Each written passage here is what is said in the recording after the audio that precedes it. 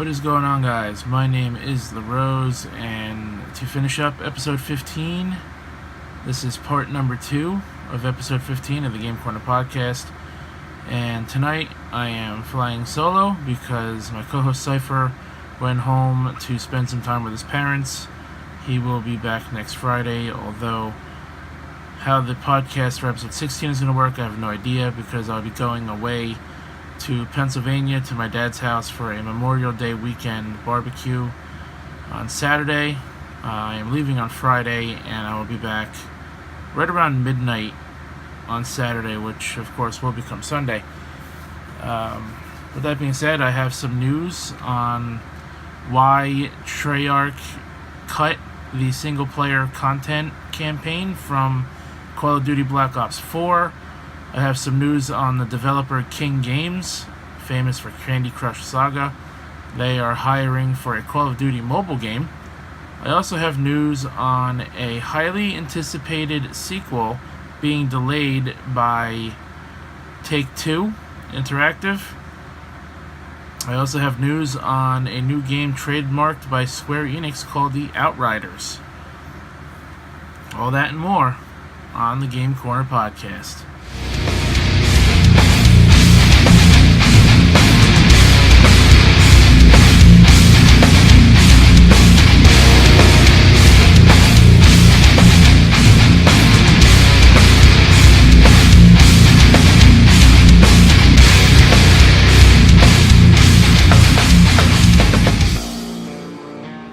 So I went to see Deadpool 2 over the weekend, and I thought it was a pretty good movie.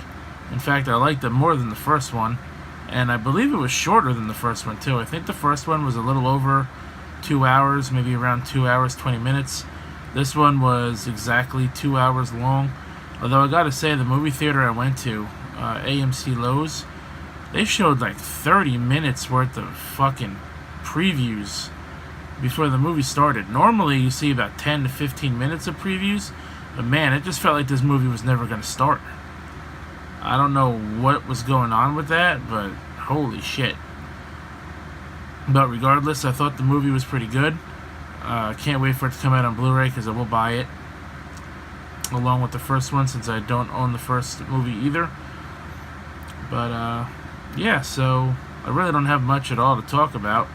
We're only about 2.5 minutes in so far on this podcast. So with that being said, we'll hit the intro and we'll get straight into the news. Alright guys, so I have 10 articles to talk about today. They're mostly short articles. I am going to get some of these out of the way. We're going to talk about The Crew 2 closed beta coming at the end of May.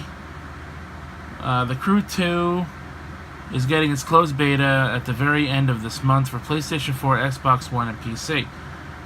If you are eager to take Ubisoft's Crew sequel for a test drive, you can register for the beta now and choose your platform preference to get a chance to try the game out when the beta launches on May 31st. Once you get into the beta, you will have until June 4th to race around and change planes into boats and whatever else you want to do. So that's pretty cool. I did play the open beta for the first game. I liked it. Not 100% sure on how I'm going to like the addition of planes and boats in a street racing style game. So yeah, I'm going to sign up for this beta, and hopefully I get in. I'll sign up on the PS4 and the Xbox One, so I have 2 chances to get in on this beta.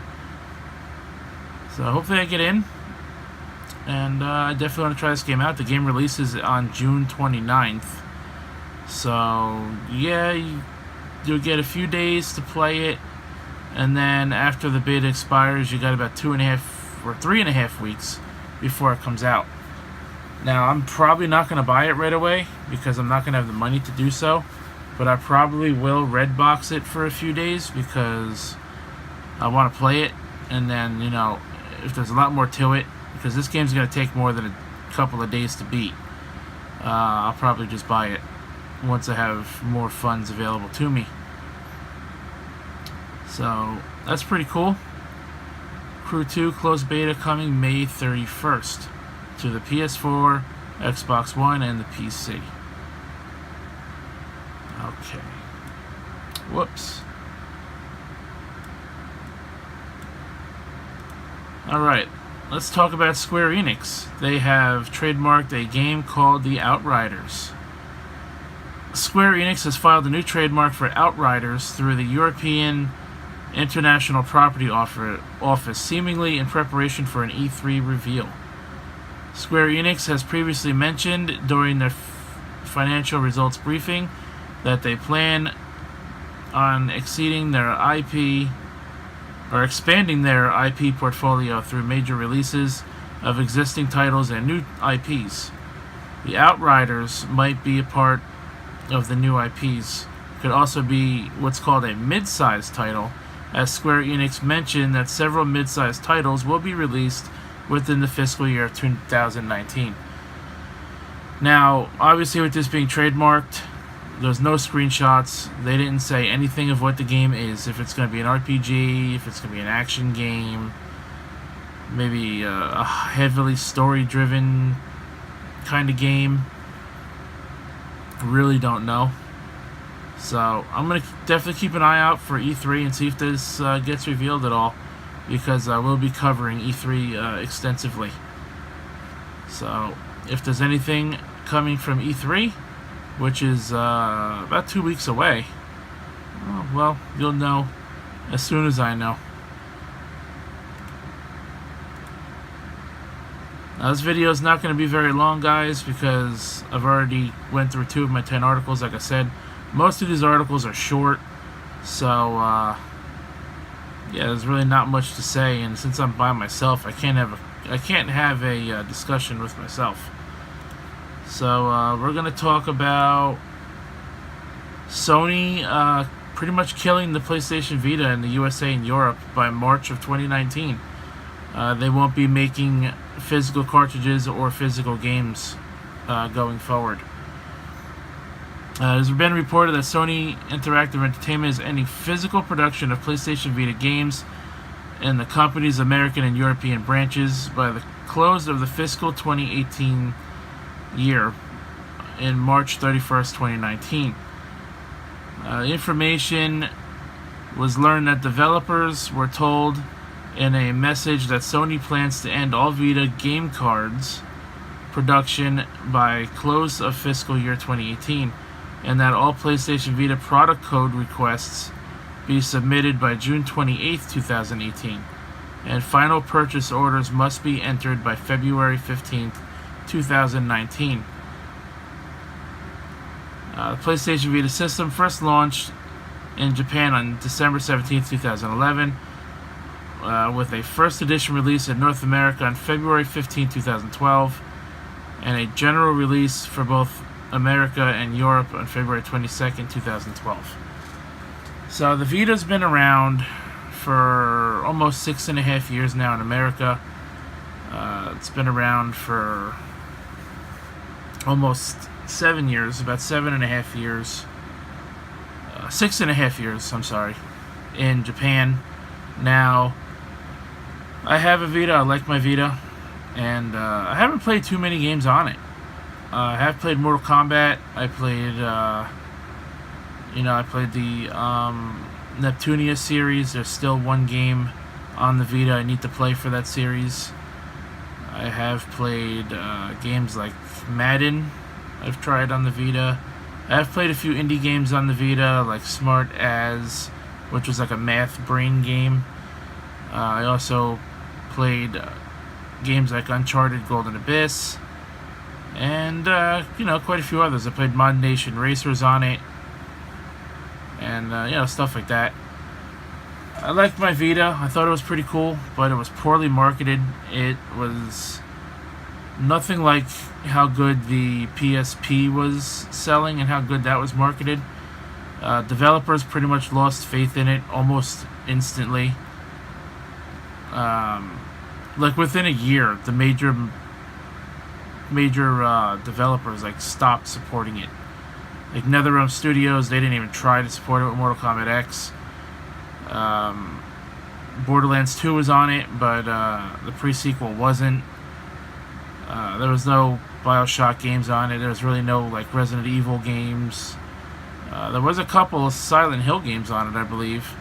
But there's no like major titles, like no Final Fantasies really that were on it. I believe 10 and 10-2, the remakes for that were on the Vita, but that's about it. The Nier games weren't on it. It mainly became a JRPG machine as of like 2014 moving forward. And that's pretty much, all I played on it. Because I have all the NET games except for one on the PlayStation Vita. I haven't touched my Vita in like 2 years. I have to buy a new charger for it because I don't know where mine went. I think our dog might have eaten it on me. But I just haven't bought it. I've been spending money on more important things and things I'd rather buy otherwise. Alright. Nintendo will have ticket reservations for E3 attendees to play Super Smash Bros. On the Switch. If you're interested, if you're lucky enough to be attending E3, Super Smash Bros. For the Switch will be without a doubt one of the largest, if not the biggest attraction at E3 2018. Nintendo announced that they will allow E3 attendees to reserve play slots ahead of time for Smash Bros. With the purpose of providing fans with a faster, smoother experience. Players will get a reserve ticket to play against people casually for fun or play for glory in a competitive elimination match.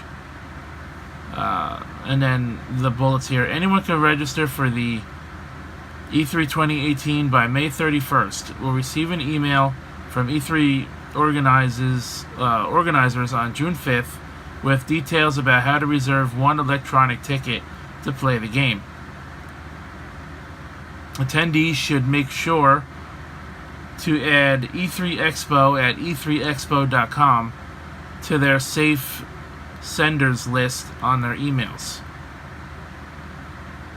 Signing up to play the game ahead of time is a mandatory. No on-site registration will be available. Tickets will be in the form of QR codes that can be stored on a smartphone or printed out. For more details about ticketing, visit e3.nintendo.com/attendees-FAQ. Reservations will not be taken for any other games at Nintendo's booth, which will be available to play on a first-come, first-served basis. So that's pretty cool.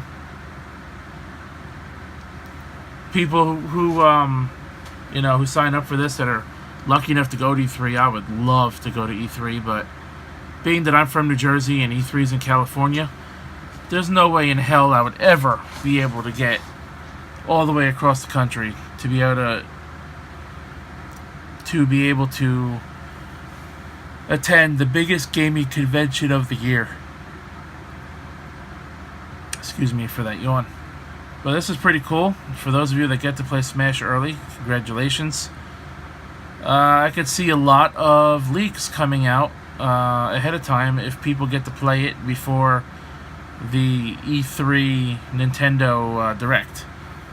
I could see a lot of leaks being all over the internet. It's going to be everywhere. Facebook, Twitter, gaming news sites. It's going to be unavoidable.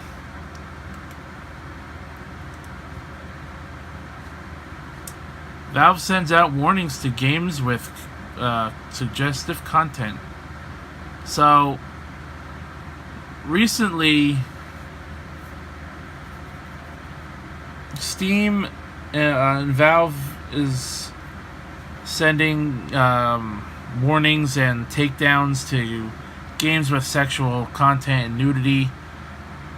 And this is somewhat strange because they finally, after a long while, started embracing sexual content. But now they're kind of backpedaling on it, and they're starting to remove that stuff again from their platforms.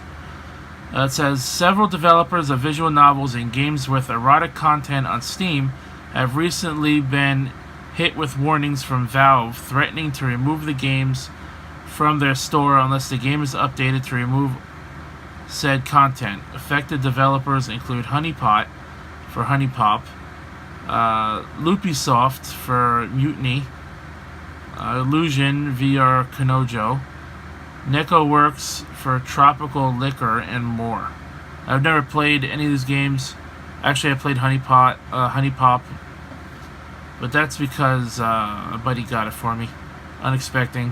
So I figured, fuck it, you know. I didn't pay for it, might as well play it. It was nothing special. It was meh.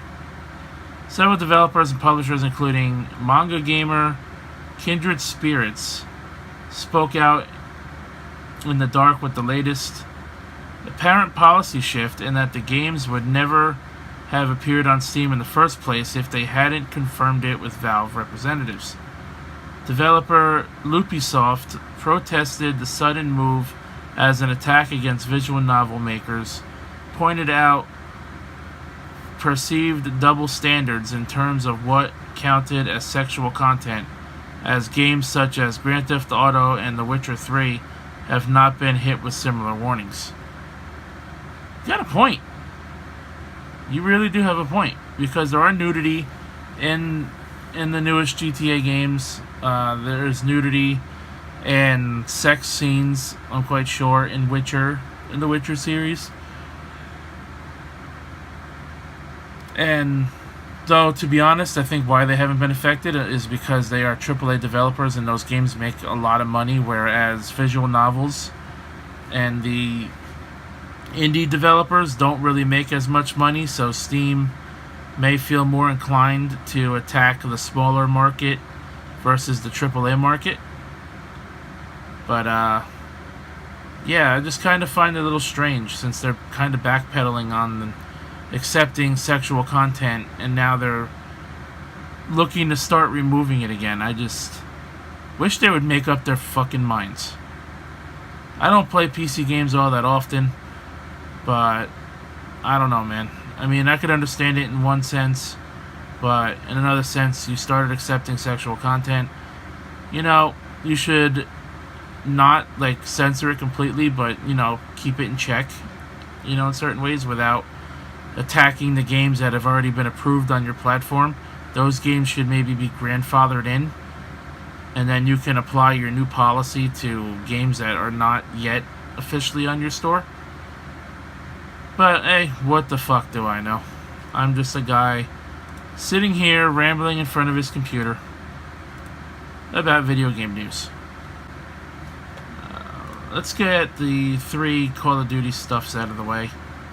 New details have surfaced about Call of Duty Black Ops 4. And can I just say that the way they are doing the Roman numerals for Black Ops 4 is totally incorrect, and it is fucking bothersome. Okay? The Roman numeral symbol for 1 is a capital I, and the Roman numeral symbol for 4 is a capital I, capital V, because the same symbol does not get used more than 3 times in a row. So how come Black Ops 4 gets to use the Roman numeral for 1 4 times in a row? It's fucking aggravating, because that's not how you do it. So here, the new information includes specialists returning in a big way. Their weapons and equipment are unique to each. So combining specialists based on style of play and game mode adds new level of strategy and team creativity. It's all about synergy. Call of Duty Black Ops 4 features a combination of new and reimagined specialists, all of whom have distinct combat profiles and abilities. Teamwork. Multiplayer in Black Ops 4 places an emphasis on tactical team play that rewards all play styles that contribute to a team's success, not just individual performance or kill-to-death ratio. Players can combine their talents with other players to become force multipliers, making the team more superior than any other player could be on their own. Players are strong on their own, but unstoppable as a team, especially when they are combined with specialists in strategic ways to work together. Player movement and gameplay pace. The pace of Black Ops 4 was evolved without slowing down the speed of the player. Combat is more tactical, yet more fluid than ever. Black Ops 4 multiplayer is a grounded experience with no thrust jumps or wall running. People fucking hated that. It also introduces a new manual health system that you must strategically employ. Choose when to regenerate your health as it recharges on a cooldown. Zombies are also returning. This year marks the 10th anniversary of Call of Duty Zombies, as Black Ops 4 delivers the biggest zombies offering at launch ever with 3 full zombie experiences. New story and characters. Black Ops 4 Zombies marks the beginning of a brand new storyline with new characters.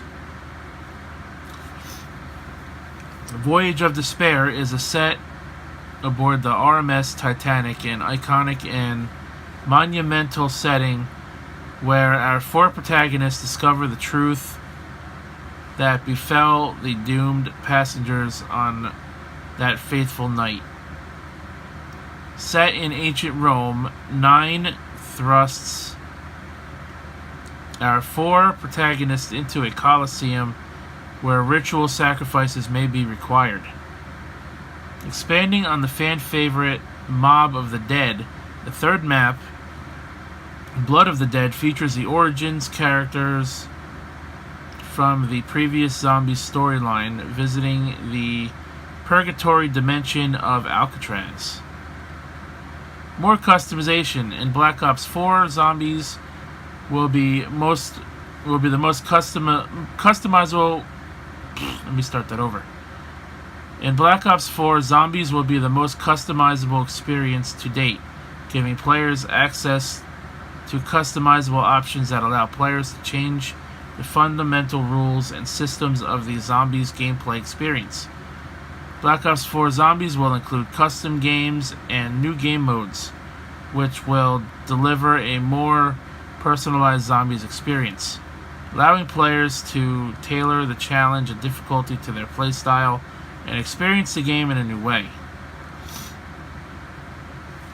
The new game mode called Blackout, which I believe this is the Battle Royale mode.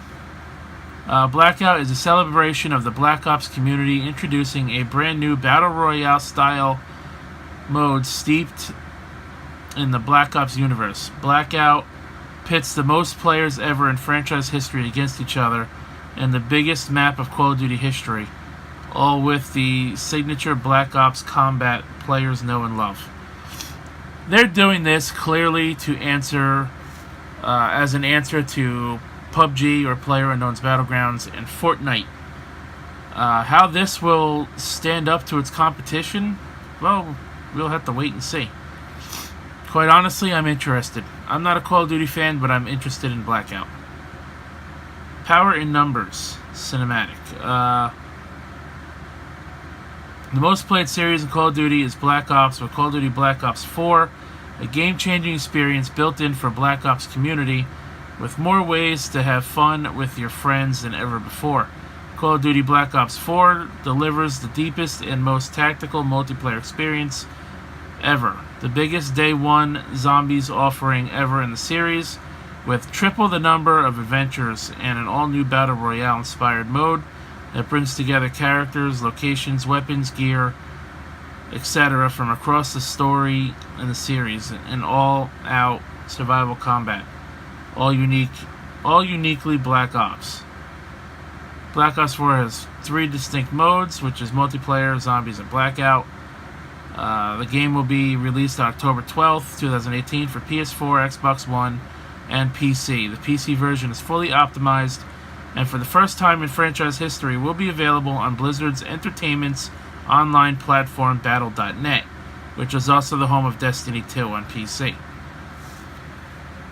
Now, before this news even dropped, some of this news, such as the no single player and the Battle Royale mode, that stuff has been common knowledge by now, but I decided to cover it anyway. Speaking of the no single player, Treyarch explains exactly why single player has been removed from the game. It was confirmed recently that Black Ops 4 will not feature a single player campaign, becoming the first Call of Duty game to shirk the tradition. Treyarch recently explained in an interview with Eurogamer just why that is. According to Treyarch head Dan Bunting, a traditional single-player campaign was never in the cards for Black Ops 4 as they set out to make a different game inspired by how the community has been interacting with Black Ops 3. More and more players have focused on the multiplayer and zombies mode, and this influenced Treyarch to make a different style game. However, for people looking to play Black Ops 4 alone, there will be several series of solo missions focused on the backstories of the specialists that can be used in multiplayer. In related news, it was recently mentioned in an interview with Twinfinite, never heard of them, that there are no plans currently to bring the upcoming Black Ops 4 to Nintendo Switch. The port question stemmed from recent rumors that there would be a Nintendo Switch version with at least some aspects of the game, but Miller's answer was a succinct no. Treyarch previously have done PlayStation 3 360 ports of Black Ops 3 with only the multiplayer options available. Black Ops 4 again releases blah blah blah October 12th, Battle.net, PS4, PC, Xbox One, same shit I just said. And one more piece of Call of Duty news. Developer King Games, famous for games such as Candy Crush and Bubble Witch Saga, has posted a recruitment page looking for level designers for a mobile Call of Duty game. The aim is to create a Call of Duty experience on a mobile platform while also breaking new ground for mobile and redefining the game. The approach and ambition is to be fresh, social, and highly acceptable while providing a very authentic game experience. So, I don't know exactly what you're going to expect with a mobile Call of Duty game on smartphones and iPads and tablets and whatnot. Personally, I don't know. I just don't see. I just don't see this being very well. I think it'll do well just because of the name. I just don't know what kind of game it's going to be. I don't know how well it's going to play. And if it's not free to play, I'm not going to try it because I'm not a Call of Duty fan. So why would I buy something that's Call of Duty related? With that being said, whatever they're setting out to do, I wish them luck in whatever they're doing. However, this is the company that has once before tried to trademark the words Candy and Saga. So, Activision is extending their license to King Games to develop the mobile game of a Call of Duty experience. Good luck with that. And the last two, Shenmue 3 development delayed until 2019. Deep Silver, the publisher of Shenmue 3, has provided an updated release window for Shenmue 3.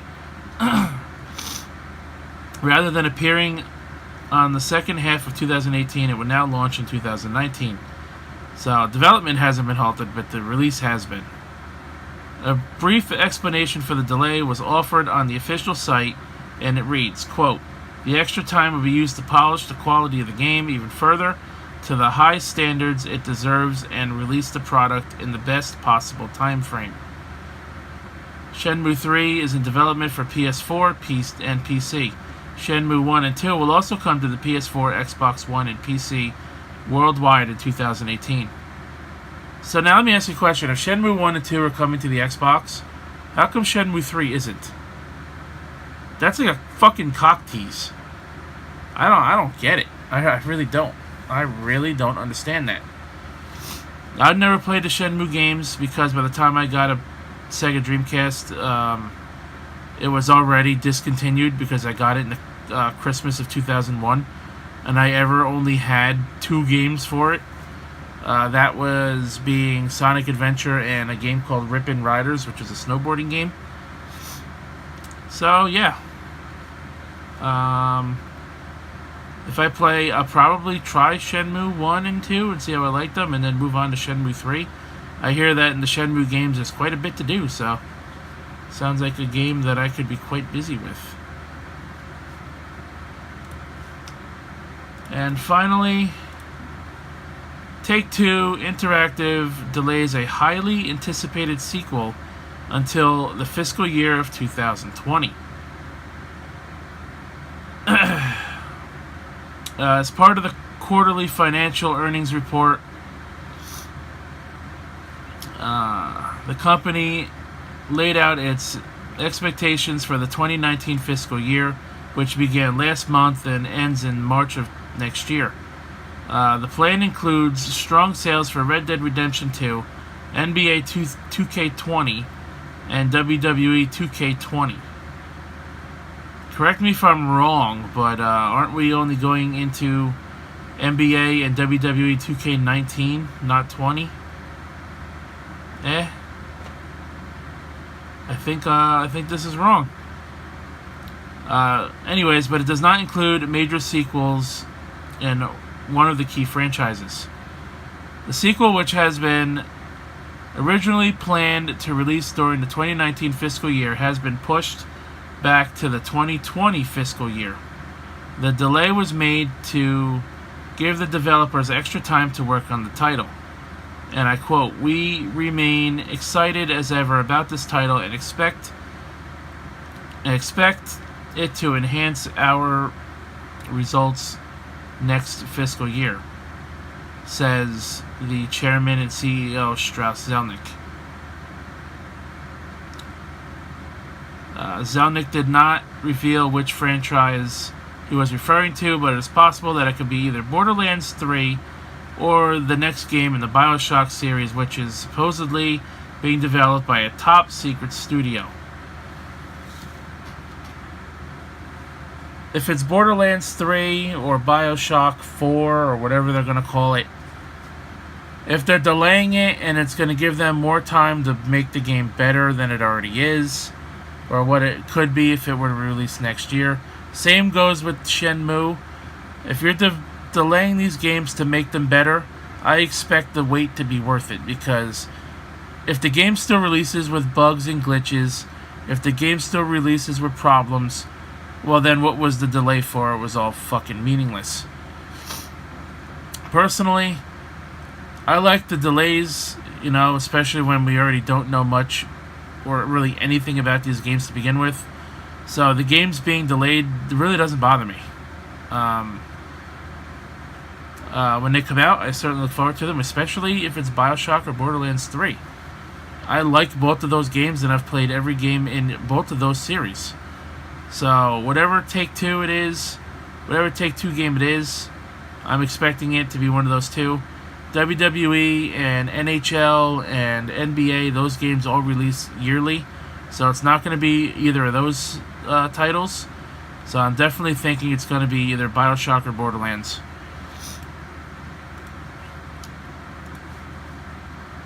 With that being said, folks, follow me on Facebook, Twitch, Twitter, and YouTube. I know I haven't done much on Twitch over the past month. Starting in June, I'll be looking to start streaming again. Get things back in order. I will be streaming the Game Corner podcast live on Twitch, my reactions and whatnot to the E3 press conferences, beginning on June 9th with EA, Saturday, June 9th.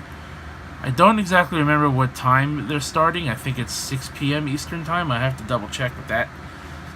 But, so yeah, follow me on Facebook, Twitch, Twitter, and YouTube. I greatly appreciate it. Subscribe to the channel for more gaming videos and more episodes of the podcast and gaming news. Follow Erin Fitzgerald on Facebook, Twitter, Twitch, and YouTube as well. She streams a hell of a lot more often than I do, and she uploads her streams to YouTube in case you missed them. She doesn't upload all of them, but she uploads the majority of them to her YouTube in case you missed them. Check out Black Sakura on Facebook. And check out Jotaku.net. Cypher and I both wrote game reviews. We're waiting for them to be published. I wrote about Horizon Chase Turbo, which is a really great retro-style racing game. Cypher wrote about the Blaze Blue Cross Tag closed beta that he was lucky enough to play in. So as soon as those articles get posted, we'll let you know about that. So stay tuned for those. And check out Jotaku.net for all of our anime, manga, and gaming articles. That being said, folks, thanks for watching episode 15, part number 2. Thanks for watching episode 15 as a whole. Record-setting amount of viewers, guys. I very much appreciate it. We're close to 100 viewers for episode 15. With that being said, guys, thanks for watching. My name is The Rose, and I'll catch your ass down the road.